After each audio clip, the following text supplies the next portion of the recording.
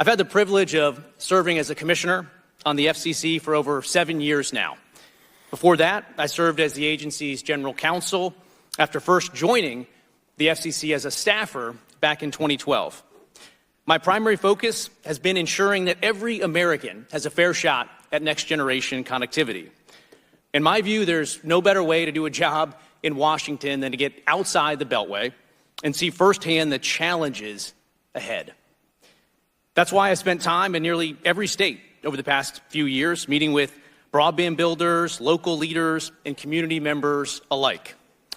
Along the way, I've stood on top a 2,000-foot broadcast tower with tower crews. I've been a mile below ground to see a fiber build connecting an underground research lab. I've visited with crews stringing fiber along the Arctic Ocean in Utqiagvik, Alaska, America's northernmost point. And I've been on the Gulf Coast with teams as they restored service after hurricanes in Florida.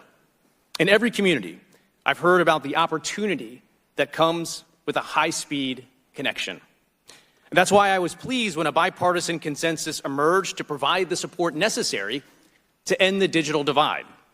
The most significant of those efforts is a $42 billion initiative known as BEAD. But unfortunately, BEAD is a program that has gone off the rails.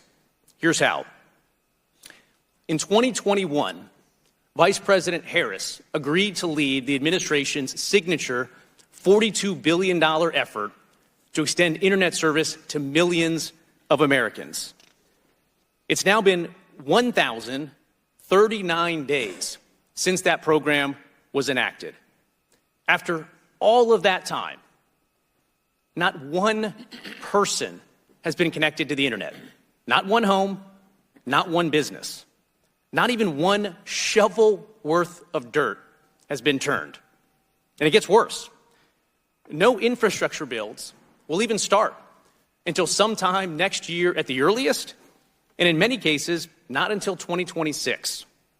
This makes Vice President Harris's $42 billion initiative the slowest moving federal broadband deployment program in recent history.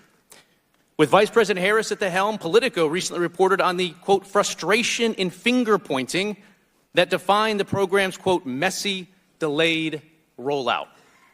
One state broadband official described, quote, a chaotic implementation environment, dysfunction, delays. She added that the administration, quote, has provided either no guidance, guidance given too late, or guidance changing midstream. The administration, she said, is slowing states down.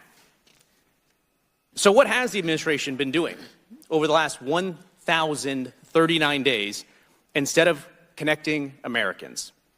It's been advancing a wish list of progressive policy goals. The $42 billion program led by Vice President Harris is being used to push a climate change agenda, DEI requirements, price controls, preferences for government-run networks, and rules that will lead to wasteful overbuilding. All of this will leave rural communities behind. Frankly, it would not be the only time the Biden-Harris administration has left rural America behind. In 2020, the FCC secured a commitment from Starlink to provide internet to 640,000 homes and businesses for about $1,300 per location in federal support. But the government revoked that award last year after President Biden gave agencies the green light to go after Musk.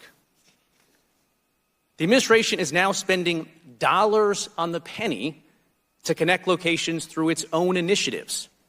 Senator Cruz released a report identifying entire projects where the administration is now spending over $100,000 per location for internet.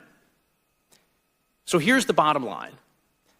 Absent major reforms, Vice President Harris's $42 billion program is wired to fail.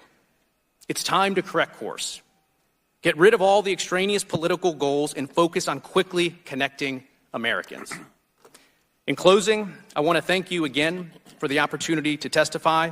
I look forward to your questions.